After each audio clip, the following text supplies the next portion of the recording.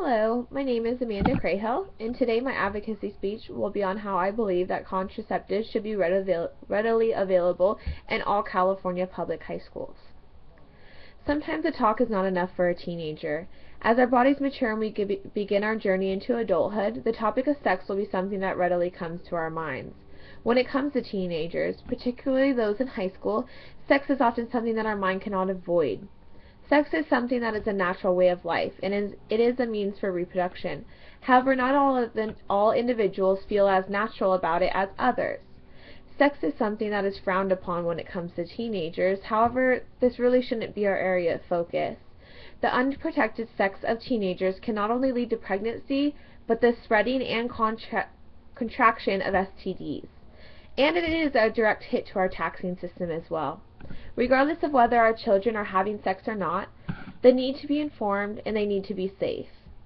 I believe that in order to keep these children safe, we need to make contraceptives available at all California high schools.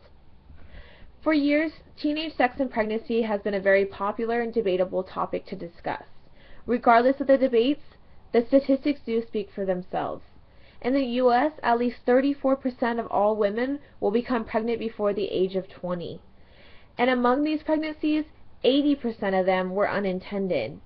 Reasons for this high amount of unplanned pregnancies comes from both a mixture of lack of contraceptives and lack of knowledge. We need to educate our children and provide the necessary precautions to decrease these numbers. Unprotected sex of teenagers not only ends in a child, but it also directly affects these women's lives forever.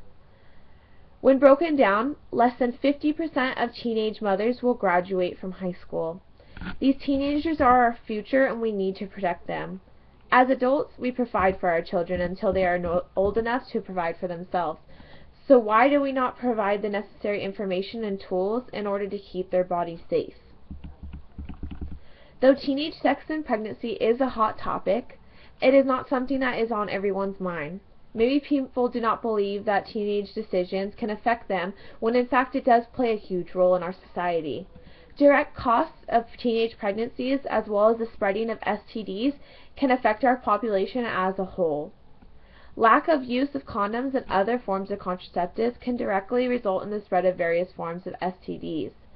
Although the age gap of 15 to 24-year-olds represents only 1/4 of the sexually active population, they account for more than half of the 18.9 million new cases of STIs each year. So even though they are having less sex, they're making more STDs and spreading them among our population.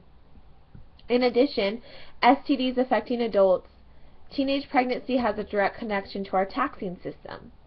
From birth to age 15, the child of a teenage pregnancy costs the U.S. taxpayers $1,682, and nationally, teen childbearing costs taxpayers at least $9.4 billion each year.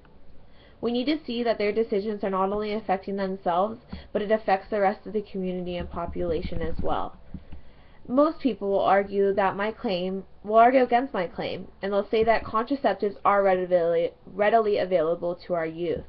But are we truly making them easily accessible? Studies show that teenagers are oftentimes too scared or embarrassed to ask for condoms. So how does keeping them at the nurse's office solve our problems? We need to make them easily accessible, and we need to do this at every single school. According to a 2007 AP IPOSIS poll, almost 2/3 of Americans agree with allowing birth control to be provided to students at public schools. So let's initiate this change and make it happen. We need to be the voice for these children, since most of them will be too afraid to stand up for themselves.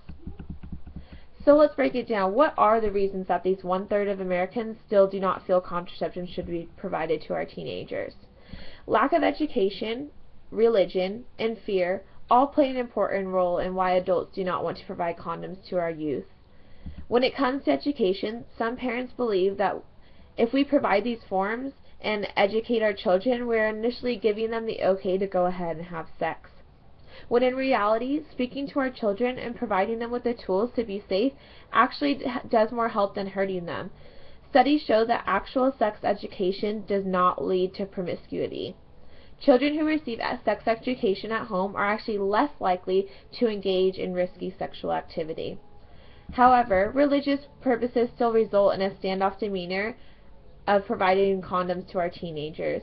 Abstinence only is still a readily taught practice among teenagers, even though facts do show that abstinence-only education programs are not effective at delaying the initiation of sexual activity or in reducing teen pregnancy. Our ultimate goal to overcome this is making it so that all condoms or contraceptives are provided in public schools. That way, parents still have a choice of sending them to a private school that does not adhere to these practices if they don't wish to let these contraceptives be available. Overall, the statewide providence of contraceptives to teenagers in all California public schools does not only positively affect teenagers, but it would have a direct effect on the rest of our population. Though the availability of contraceptives to our youth, we can ultimately cut teenage pregnancy rates, stop the contraction and spreading of STDs, and stop the dramatic hit teenage pregnancies has on our taxing system. And with that, we are also protecting our children. If we give them the overall educations and means to be healthy and informed, they can go on to lead healthy lives and be our future. We need to stand up for our youth and give them the voice that they are not provided.